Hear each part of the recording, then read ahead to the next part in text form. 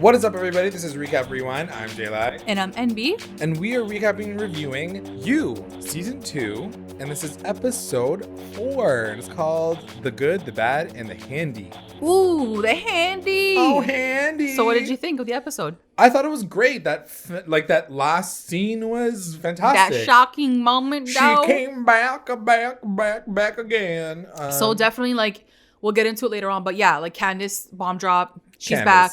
And for me, who I thought she might be fake. Yeah. She might be in his imagination. Right. She is definitely real. She must be real. Yeah. She's she's a real person. She's here. Yeah. She's here and she's ready to go. So okay, so I just really want to quickly talk about the fact that this whole episode starts off with them jerking and fingering each other off in bed while she's taking a phone call. So, I forgot how much sex cool. was in this show, so I was full out blasting it, and I'm on the subway again? Okay, no, I'm not on the subway, but at home, and I was like, okay, I gotta turn this down a little bit. That's even more awkward. A little bit. Yeah. Their sex life is definitely going strong. Right. And again, I think they are really cute together. Like their chemistry, I believe it. Yeah. And it's a good place to be because I think the story is so unbelievable on its own that if I didn't like their chemistry, I would hate all of this. Agreed. The fact that I do like seeing them together on screen, it makes everything much more better and real, and I am rooting for them in a the slightly. tiny part of you is I want this to work. Yeah. But then I'm no. They cray. He cray. He cray. She might be cray. I don't know. I don't know. Crazy in love. Crazy in love. Yeah. I just the thing that okay. I don't even want to. I'm not shading anybody, just as a prelude, but I do love the fact that Caroline Kepnes created a character named Love. But that's what is ironic about it, right? That is the irony. He finally gets a chance at love. Isn't it a little bit a little too on the nose? You know what I mean? I didn't mind it. It's just whenever it comes up, I'm just love. I'm in love with you. Love. But love. I like that. Love. Joe is in love with love, and he loves love, but he has a weird relationship with love, the emotion, but that's now what they with wanted. The person. That's what they wanted, It's and just I don't mind it. I like it. I like it. A lot of that. I love it. All right, we'll go with it. So they're fingering each other. It's fine. And I think the big thing of this episode is he's still trying to find out whether or not Henderson is creeper. So what I have as my first note is really the big thing that happens in this episode is Joe does break into Hendy's house, right? And he does go into the sex dungeon, as 40 did mention last episode, right? And he does eventually find the photos, photos of the young girls in the sex dungeon.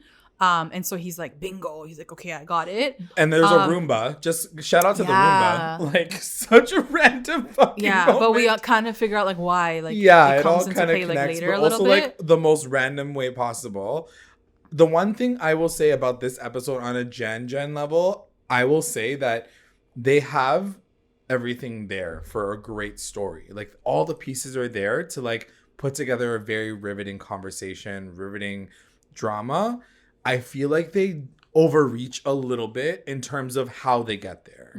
The Roomba storyline was ridiculous. The jaywalking storyline, ridiculous. Okay, let's get to that when we let's really dissect it when we get to that. I'm just giving overall feelings of this show. Just getting an understanding of they have everything there. It just drives me crazy that there's these moments where you can go from point A to point B quite easily, and instead they do point A, point Z, point G, point V, and then they go to B. It's just sometimes it just doesn't make sense, and then sometimes I'm okay, that worked. That's exactly how I would have played it out. You know what I mean? Yeah. So anyways, sorry. So he gets the pictures. So what do you think about this? He goes and gives the pictures to Delilah. He gets them to Delilah. He puts them anonymously on her doorstep, and then just hopes for the best. Yeah.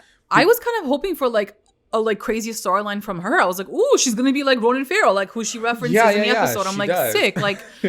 There's so much more in the show than Joe that I'm excited about. And that's and I almost wish he wasn't Joe. I wish this was its own show. I wish he wasn't Joe. I wish it wasn't that too. But also I wish there was just like one episode. I think you mentioned it too, and then I watched it again and I was like, yeah, oh where god, he doesn't have like like a he dialogue. just doesn't have a voiceover. Like you watch him go through it just like everybody else goes through things, and you don't have this overarching like, oh, I'm just gonna walk into his room and I'm gonna steal his laptop, and then like I don't.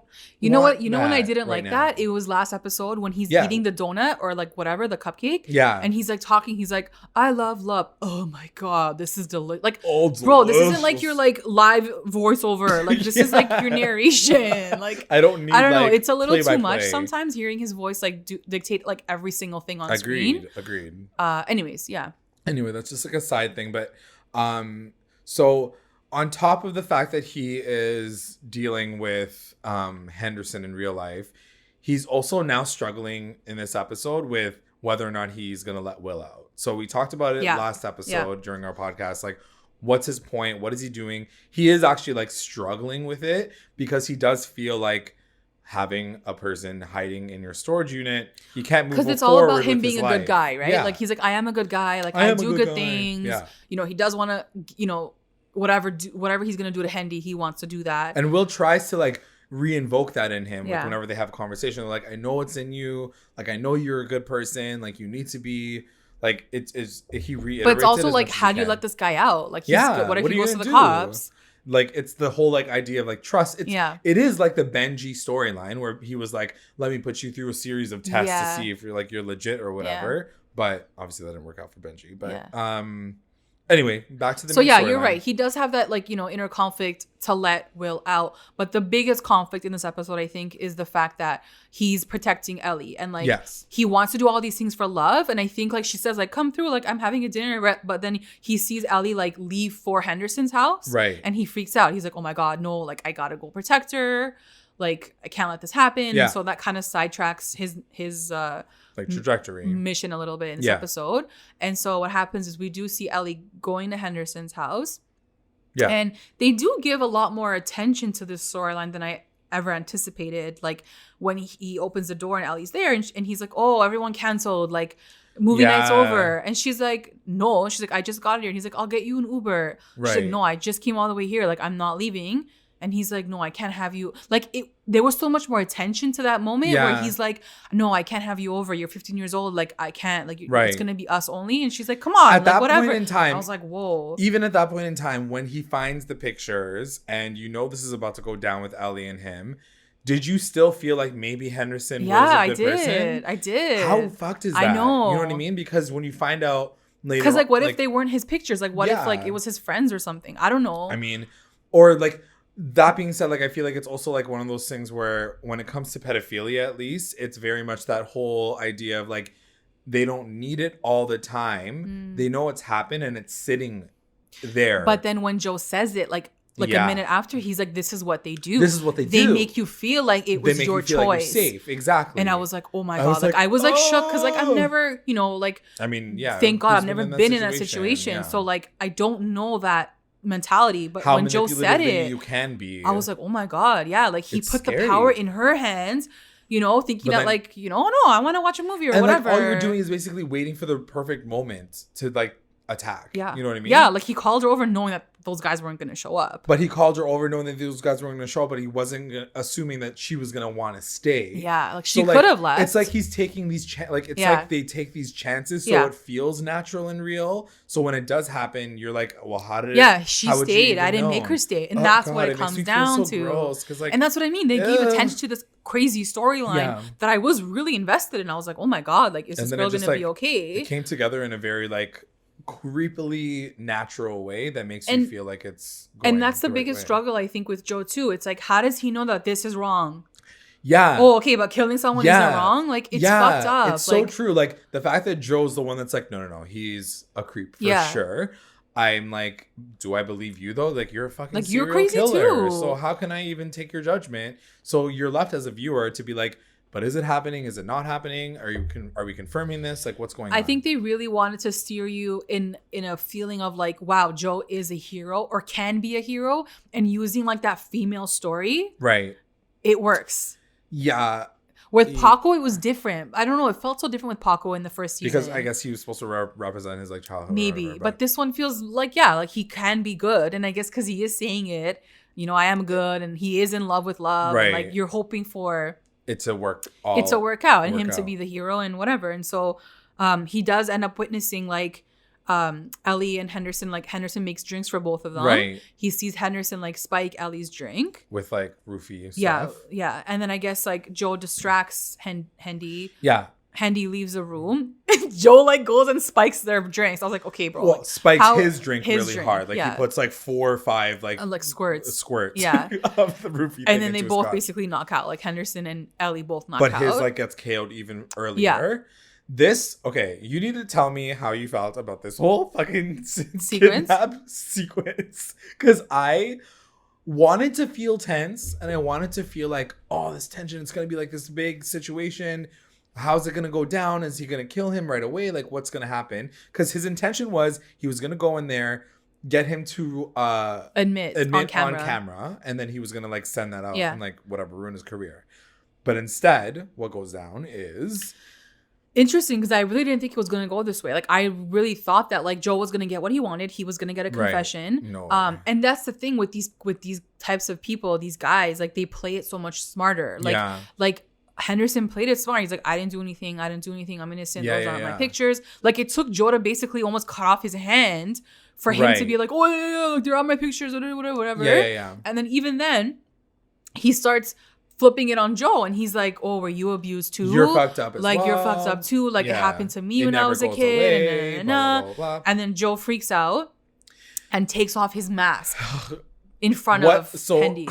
I'm like, idiot. First of all, idiot. Like, like totally so he's wearing a fake mask. He, like, he riles Joe up to the point where Joe is like, no. I'm like, you went through all that painstaking fucking work to drug him, make sure Ellie's out. You made it show it was, like, fucking soundproof. You had this whole plan ready, and you lose your mind because he said one thing about you that is, like, probably not even true. And I mean, I think it is true, but I wasn't surprised. I was like, of course he had trauma in his life. He's so fucked up. What is he fucking doing? Obviously. Like, he's not okay. So for them to show that moment of, like, Joe, like, because they do insinuate that he was, like, probably abused and stuff. Yeah. Whatever.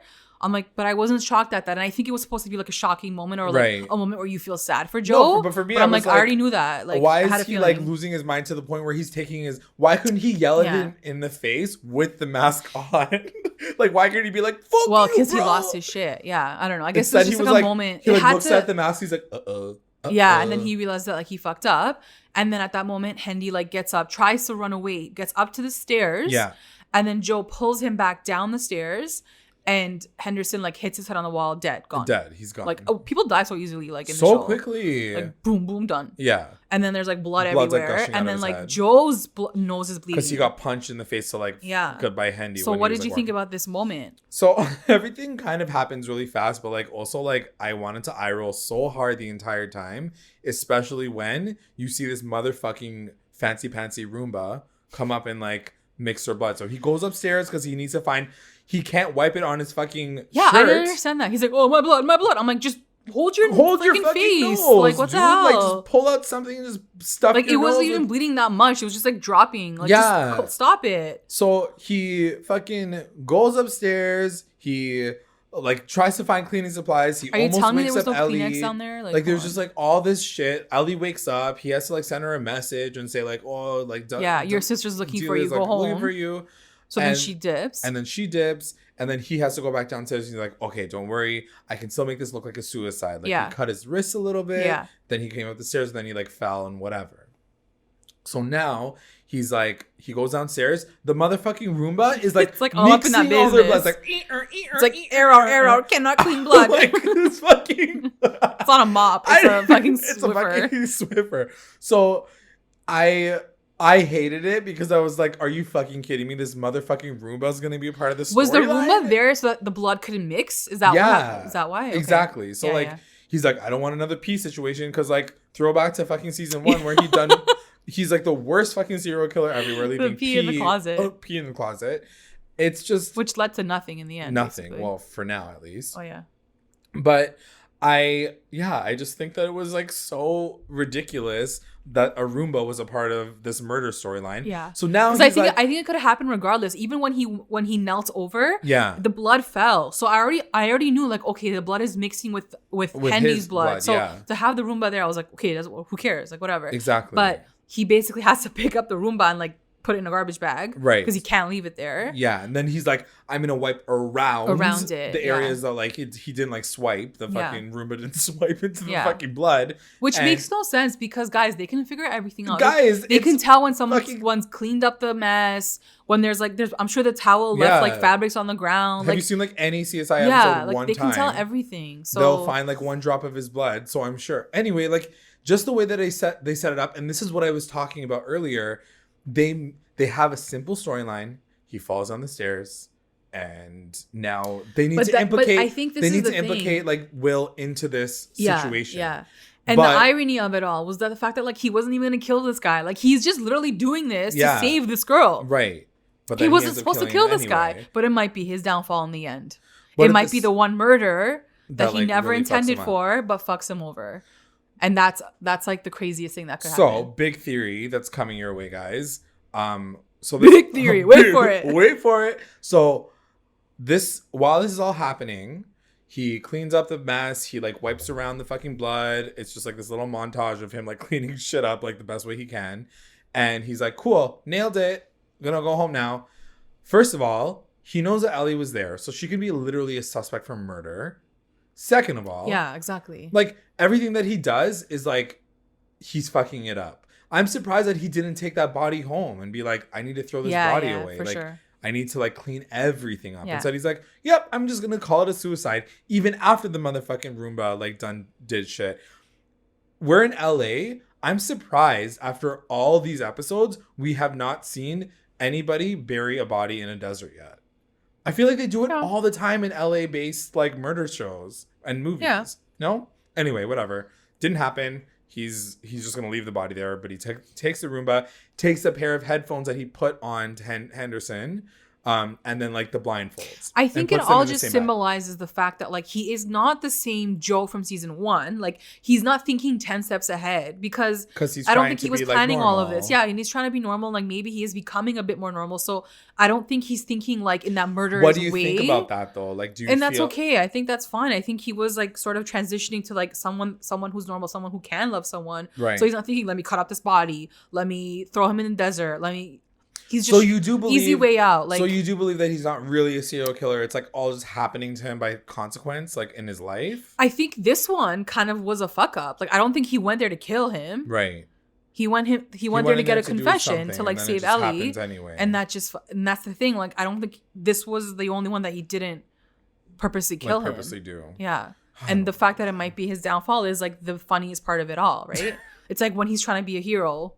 But it's his downfall. Yeah, it's because it's a little too late. I just think it's ridiculous at this point. Like, I think what we were talking about too is so he basically has a garbage bag full of like the Roomba, the headphones, whatever else he had. Yeah. He doesn't leave it in his car. He takes it out of his trunk, crosses the road, which is like a fucking residential road. Right. A cop is there. Like, and it's the cop that's been like fucking Delilah, right? Yeah. He's like, hey, you're jaywalking. I was like, why? Who gets tickets for jaywalking? And it's in like the middle 2 o'clock of in the morning. Like, it's a residential neighborhood. Like it's a sidewalk basically. It's not even a real road. And why are you pulling him over? So he pulls him over. He's like, "What's in the bag, huh? Let me see. Let me see the bag." Like, who would ever do that? Like who has the right to grab the bag? In the voiceover, Joe's like, "Is this how it's all gonna go down?" Yeah, like I'm done. Gonna go down I'm right dead. now. And then he pulls out the headphones so he doesn't see a gigantic Roomba that's filled with blood. The Roomba was weighting the bag down. So, like, I don't know how he doesn't see a Roomba weighting the fucking garbage bag. It's like a clear white garbage bag. And, like, you're going to tell me he's going to pull out limited edition headphones and not There's no blood on them or anything. And not want to take the rest of the bag and be like, yo, you're donating all this? I'll take the bag. It was the dumbest scene that could have happened at the end of the episode. Like, it was so stupid. I said, overreach. Does not need all of this extra, like, foofy, like, this is how he gets the headphones and like, and that's why my theory is that now this policeman who we now has been introduced as like the guy that's fucking the girl, and now he has the headphones. that this can be a way that Joe can like pit this on him. I think it's the opposite. I think they wanted to play certain things that Joe did that night of that's gonna prove his guilt. So I think it's the opposite. I don't think they're gonna nail it on the cop. I mean, it does make sense in the sense that like, the cop could be like, yo, I heard that Henderson was a killer or like a pedophile, and then he finds out that his girl that he's been fucking was one of those victims, and he like takes revenge on Henderson. I don't see it because the cop seemed like such a nice guy. Like even when he comes to visit Delilah and she's like, she looks all like kind of like in her sweatpants and she opens the door. She's like, I look like shit. Like I'm on my period. And he's like, whatever. I don't care. Like, I don't care. I want to see you. And he's like, what kind of asshole guys have you dated in the past that actually cared about like what you look like? So I think he is a good guy. I don't think Joe can leave this season by getting away with it again, by pinning it on this person. Yeah. So I don't know. I don't see that really happening. I think everything that's happening is like a check mark. Like this is what's going to make Joe guilty. Him down. Yeah. Yeah. I mean, if it's not that, then it's like I said, if it isn't what you're saying, then this is season 1 all over again because he pits Beck's murder on Dr. But that's what I mean. They can't do that. No, they can't do that. They won't do that. They won't do that. It can't that's be really the same situation again. But I don't know why introduce this policeman in the first place. Why is he even relevant to the story then? Well, I think, and so what happens... You're saying that he's going to be the one to help take down Joe, right? Is that what your assumption is? I don't know. Okay. Well, maybe. What else happens this episode that you were like, highlight? Well, he lets Will out in the end. Finally. Like that happens. After all this huge time. Moment. What did you think? I liked it. I still, and I do kind of believe Will in terms of like his acting and I think what his intention of that character is supposed to be. Does he say, I'm not going to tell on you? Yeah. He says like, I just want to go to the Philippines and like go with my girlfriend and and just live with her. And that's all I want for my life. I just need my computer so I can start like a passport and shit. I did believe him. The one thing that I will say is he a catalyst for Joe becoming a better person? I think so. I think that is what we're supposed to take away from this story. Because I think like too, like the fact that this kid trapped in this box, like was kind of supporting Joe the whole time. He never really was like, yo, you're crazy, come get me out of here. He started off like that, but then along the way they almost became friends, right? And like it was a weird support, like friendship the and trust dynamic in there, and like, whatever. Like I think he does help Joe. He doesn't have anything over Joe, or Joe doesn't have anything over Will. Mm-hmm. So it's interesting that he's like, I'm going to trust you to do this. Does Will have any evidence that Joe did this? Not necessarily, really, right? But he's like a fucking hacker. I'm sure he can figure something out or like find out who it is. Or even frame him, like for just putting him in a box for that long. I would just want vengeance. I think you know what I mean? We'll see what happens. But yeah, he's gone for now. He lets him go and he like runs away. It just seems that there's a lot of care. So like to your point, if this is all a setup for like the takedown of Joe this season, he'll definitely have to be a part of that. It's like all the good things that Joe has tried to do is going to be his downfall in the end. Yeah. But is it good? Like I think that's what I'm struggling with. And this is the struggle that I have with this entire show is what is the story? Are we really trying to root for Joe? Or are we really trying to be like, I can't wait for this guy to get taken down? Are we trusting and hoping that he's going to get better after all the things that he did? I think your life catches up with you. Like your and shit. Eventually it will catch up to you. And that's just like kind of how like this is the moral of this whole situation. Yeah. The big one. Speaking of like things catching up to you. So at the very end of the episode, 40 is about to go to the movies with Love. And he's like, oh, by the way, we need like an extra ticket because I just bumped into like the love of my life. And then she's like, what are you talking about? He's like, we both reached for the same like quesadilla and like the love was in the air. Like, she's so gorgeous. And so she walks in and it's Candace. Candace. So yeah, she walks in and I was like, gag. It was fast. I wasn't expecting it at the end of episode 4 already. Yeah. I mean, it's only 10 episodes, so you gotta get into it quickly. Yeah. But she found him. She found Will. She's in LA. How do you think, like, what do you think is, like, how do you think she found him? or found.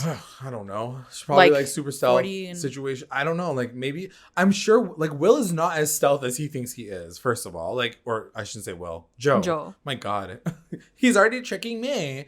No, like I definitely think that he's pretty sloppy. So I'm sure he found something. Also, like. He chose LA, which is a place where people fucking take pictures have their phones literally out. Everywhere you go. So I wouldn't be surprised if like 40 was posting a picture, or like he's, you know, like he's also not famous, but he's rich. Like his family's rich, right? So like who knows? Like he'd done a selfie with his sister and his like whatever. Like we don't know like how far it reaches, and it's not like Joe's like, take down that picture. You took a picture of me. You know what I mean? So like it's there. And all she needs to do is put like two things together. I think that Ellie, because Ellie was recording him, so like that too. See, like she could be, she's doing her like short film, like all that kind of shit. So like we don't know, but I'm excited for her to be here now.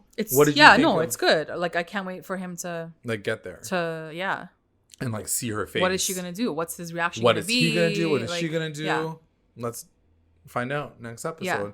Let us know what you guys thought about this episode as well. Let us know what you guys are thinking about this podcast so far. We're going as fast as we can. I know that a lot of you guys are already completely done, so I think we're gonna try to make our final episode as big as possible, but we're only halfway there. So stick with us, and can't wait to talk to you guys about it at the very end. I would like to take some time to thank our patrons of the episode. We have our Rewinder squad. We have White, Nicole, and we got a brand new one this week, Faith. Thank you so much. And we have our Lit Rewinders, of course, Tina Ann, Sarge, Serena, Slay, Kate, and Jessica. And finally, Mommy Rewinders, Becca, Sarah, Tamala, and Grace. Thank you guys so much. Thank you guys. And if you would like to join our Patreon family, check us out at patreon.com/recap_rewind. If you join, you'll get access to all things recap, rewind, exclusive content, and updates. And also make sure you guys are checking us out on all of our socials, Instagram, Twitter, YouTube, Facebook, and you can also find us on Google Podcasts, Spotify, and iTunes. Like, subscribe, follow, review, and comment to stay engaged with us at Recap Rewind. Thanks so much, guys. Bye.